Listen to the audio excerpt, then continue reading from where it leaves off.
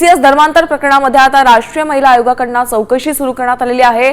अध्यक्षा विजया रहाटकर यांच्या मार्गदर्शनाखाली तथ्यशोध समिती टीसीएस कंपनीत दाखल झाली आहे। या समितीने पीडितेचा जबाब नोंदवलेला आहे। एसआयटी अधिकाऱ्यांशी समितीची सविस्तर चर्चाही झाली आहे, तर कंपनीतील कागदपत्रांचीही तपासणी केल्याचं समजतंय। टीसीएस धर्मांतर प्रकरणात एक मोठी अपडेट पाहतोय।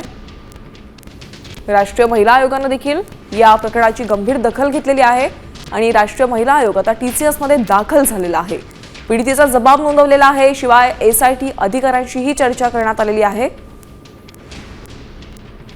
तर या समितीने आता पीडितेचा जबाब नोंदवलाय। एसआयटी अधिकाऱ्यांशी समितीने सविस्तरपणे चर्चा केलेली आहे।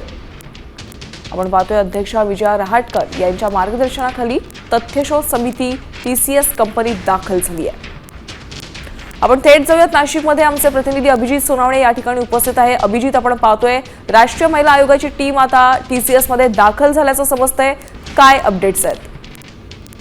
राष्ट्रीय महिला आयोगाच्या पथकाच्या चौकशीचा आजचा दुसरा दिवस आहे। कालपासूनच राष्ट्रीय महिला आयोगाचं हे तथ्य समिती पथक जे आहे ते नाशिकमध्ये दाखल झालेलं होतं। काल पीडित महिलांसोबत देखील या पथकाकडून संवाद साधण्यात आला। त्यांच्या तक्रारी आणि त्यांचे जबाब जाणून घेण्यात आलेले होते आणि आता काही वेळापूर्वी हे पथक टीसीएस कंपनीत दाखल झालेलं आहे, ज्या ठिकाणी या पीडित महिलांसोबत लैंगिक अत्याचार किंवा त्यांच्या धर्मांतरणाचा प्रयत्न होत होता। त्या ठिकाणी त्यांचा मानसिक छळ केला जात असल्याच्या ज्या तक्रारी होत्या त्याच ऑफिसमध्ये आता पथक दाखल झालेलं आहे आणि त्या ठिकाणी देखील आता पथकाकडून चौकशीला सुरुवात करण्यात आलेली आहे। त्यामुळे एकूणच अतिशय गोपनीय पद्धतीने हा सगळा चौकशी आणि तपास सुरू आहे। त्यामुळे या चौकशी आणि तपासामध्ये एकंदरीत आपण पाहतोय की सध्या राष्ट्रीय महिला आयोगाची संपूर्ण जी टीम आहे ती टीसीएस मध्ये दाखल झालेली आहे। ज्या ठिकाणी पीडितेंवर अत्याचार झालेले होते, लैंगिक अत्याचार झालेले होते, त्या ठिकाणी संपूर्ण चौकशी सुरू झालेली आहे।